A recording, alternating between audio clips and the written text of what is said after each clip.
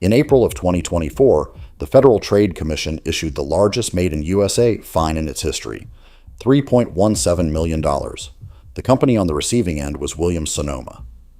We are going to expose how the American workwear industry pulled off the same illusion for 30 straight years and show you the only 5 brands left in this country that still cut, sew, and rivet a real bib overall on American soil.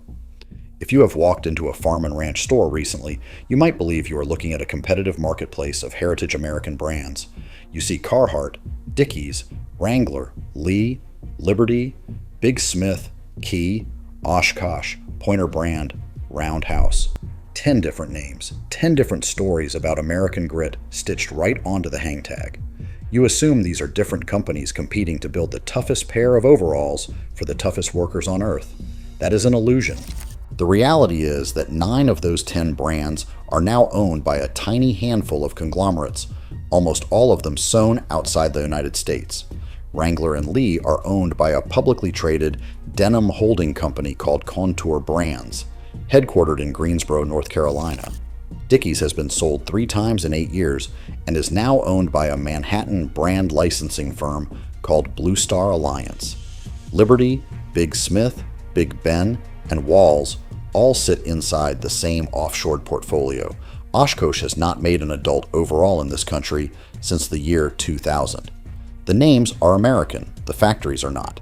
In 1960, 95% of clothing worn by Americans was made by Americans. Today that number is below 3%. Carhartt itself states it on their own website. We will show you which 5 brands still defy that math, what to look for inside the waistband, and exactly why a real American bib overall now costs 3 times what an imported one does. The collapse started with a single number on a calendar. January 1st, 1994. The day NAFTA took effect, the trade barriers between the United States, Mexico, and Canada disappeared overnight, and the American workwear industry began bleeding factories within a year.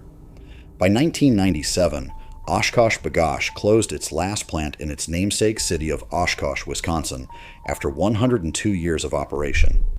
A pocket hemmer named Beth Heidersdorf told the Baltimore Sun that year, quote, "I want to see made in America. That is what I want to see," end quote.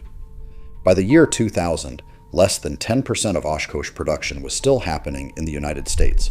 By 2005, the brand was acquired by Carter's for $312 million and pivoted to children's pajamas. The adult bib overall, the iconic hickory stripe railroad bib that built the company, was finished. That same year, 1997, Carhartt opened its first Mexican plant in Pénjamo, Guanajuato. 500 workers, 300,000 square feet. Within a decade, Wrangler, Lee, and Dickies all followed across the border. Wrangler's last American sewing plant closed in 2005. Dickies closed its last domestic plant the same year. Lee shut down its remaining American operations in the early 2000s. A brand whose entire founding myth is the American cowboy has not been sewn by an American in over 20 years. The mechanism behind this collapse was a piece of trade arithmetic that nobody explained to consumers. Sewing a pair of bib overalls in Honduras or Mexico costs roughly $2 in labor. Sewing the same pair in Tennessee or Oklahoma costs closer to $15. The fabric, the thread, the rivets, the brass buckles cost the same in either country.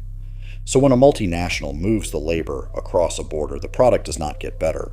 The shareholders simply pocket the spread.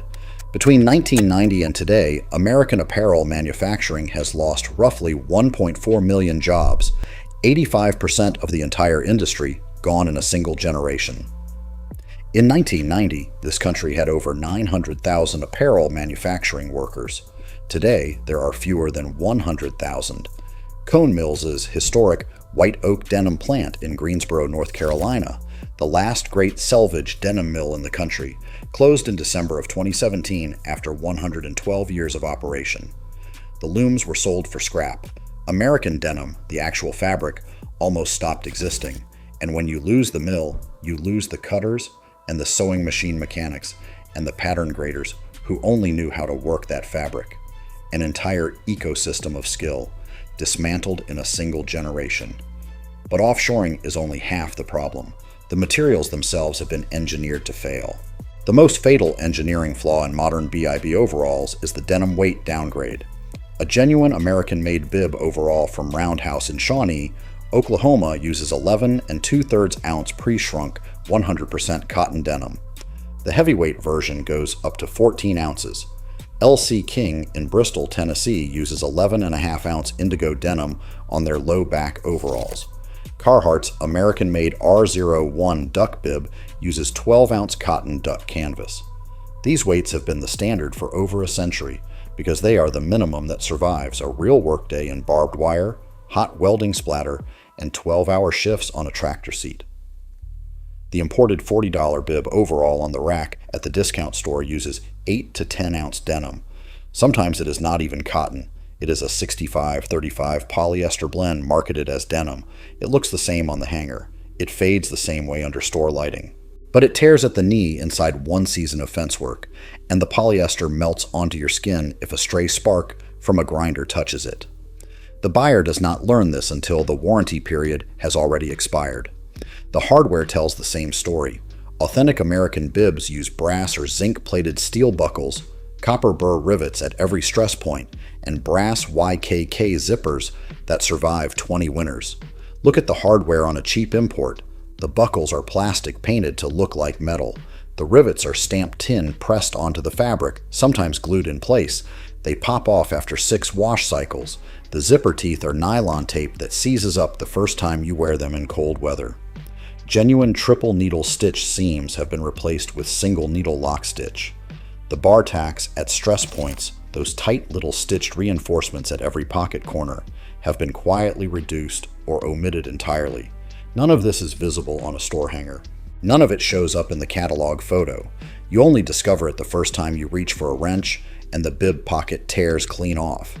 But here is where the story turns from bad engineering into something closer to fraud. You might think the heritage brand on the tag will protect you. It will not. The brand licensing model that destroyed American workwear works like this. A private equity firm or holding company buys a heritage brand for the name alone. They strip out the factories. They license the name to overseas manufacturers.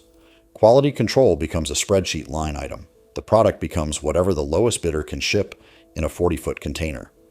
Dickies is the textbook example. Founded in Fort Worth, Texas in 1922 by C.N. Williamson and E.E. Dickey. Family-owned for 95 years, then sold to VF Corporation in 2017 for $820 million.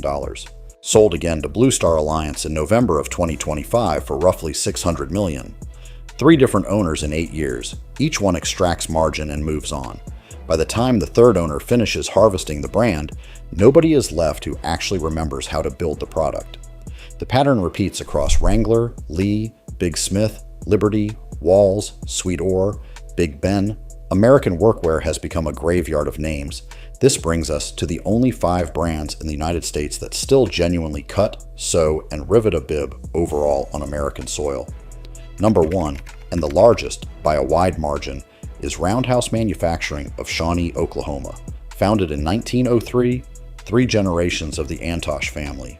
Roughly 50 employees sewing about 7,000 pairs per week, from Texas-grown American cotton denim woven at a mill in Littlefield, Texas. Roundhouse is the oldest continuously operating manufacturer of any kind in the entire state of Oklahoma. The president, David Antosh, told NBC News in 2025 that profit margins on the American-made line are around 5%, and the company only survives by cross-subsidizing the Shawnee factory with imports. Quote, "If we weren't here offering it at this price point, who would be?" End quote. The honest answer is nobody. Number 2 is LC King Manufacturing, the maker of Pointer brand. Founded in Bristol, Tennessee in 1913. 4 generations of the King family. They still cut and sew on vintage Union Special industrial machines in the original 1913 building on 7th Street. Roughly 35% of their business now comes from collectors in Japan, who pay full retail for what most American buyers abandon for $40 imports. Number 3 is Filson, founded in 1897 in Seattle for the Klondike Gold Rush. Their Mackinaw wool bib overall, made of 24-ounce virgin wool with brass hardware and bridle leather suspender tabs, is genuinely cut and sewn in the United States. It costs around $400, It will outlive the man who buys it. Number 4 is one specific Carhartt SKU, the UR01 Union-made duck bib, sewn in Madisonville, Kentucky. It is the last surviving American-made bib in the entire Carhartt catalog. Their 3 remaining American factories represent less than 2% of total Carhartt sales. The company itself confirms that figure on their own website. Number 5 is a tier of small specialists. Diamond Gusset Jean Company in Bon Aqua, Tennessee. All-American clothing company in Arcanum, Ohio, founded in 2002 by a man named Lawson Nickel, who refused to follow his industry overseas, and Origin USA in Maine and North Carolina, which built a vertically integrated denim factory using salvaged equipment from defunct New England mills. They are small. They sell directly to the customer. The wait lists are long, but the product is real, and every dollar stays inside the country that grew the cotton. Here is what this means for you. If you walk into a store and pick up a bib overall priced under $50, the labor that built it cost less than $3. That math does not work for an American factory. So when you pull a pair off the rack and the hang tag waves an American flag at you, flip it inside out. Find the textile label sewn into the waistband or the bib pocket. That sewn-in label is the only legally binding document. If it says imported or names any country other than the United States, no amount of red, white, and blue marketing changes the truth. Williams-Sonoma was fined $3.17 million in 2024 for exactly this kind of label deception. In April of 2026, the FTC penalized Oak Street bootmakers for marketing leather goods as handcrafted in America when the uppers came from the Dominican Republic. On March 13th of 2026, the President signed an executive order ordering the FTC to prioritize made in USA enforcement at the federal level. The receipts are real. The brands are getting caught, but you have to read the tag yourself, because the regulator cannot stand in the aisle with you. The brands gutting American factories know exactly what they are doing. They are counting on you to be distracted by the heritage logo and the founding date stamped on the buckle, so you never notice that the cotton was grown in India, the denim was woven in Pakistan, and the bib was stitched together in Bangladesh. But if you know where to look, and if you are willing to step outside of the discount store, you can still buy a pair of overalls sewn by an American whose factory you can drive to and visit on a Tuesday afternoon. Roundhouse, Pointer Brand, Filson Mackinac, the Carhartt UR01, and the small direct-to-consumer makers keeping the lights on in Tennessee, Ohio, and Maine. Check the dates, check the manufacturing lineage, read the sewn-in label, never the hang tag, and never forget that a $50 pair of overalls that lasts one season is not cheaper than a $120 pair that lasts 20 years. If you found this fascinating, hit subscribe for more stories like this.